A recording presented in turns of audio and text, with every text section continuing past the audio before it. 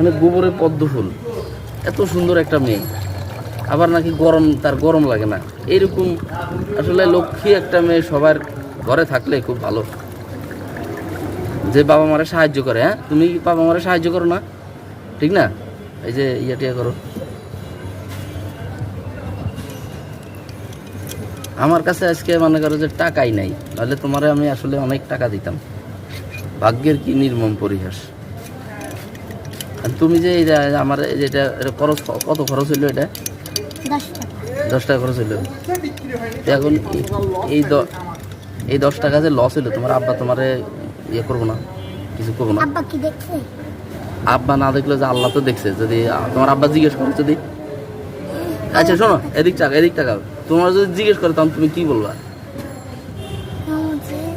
হ্যাঁ, যে ওই যে আমার ভাই আছে। কি রে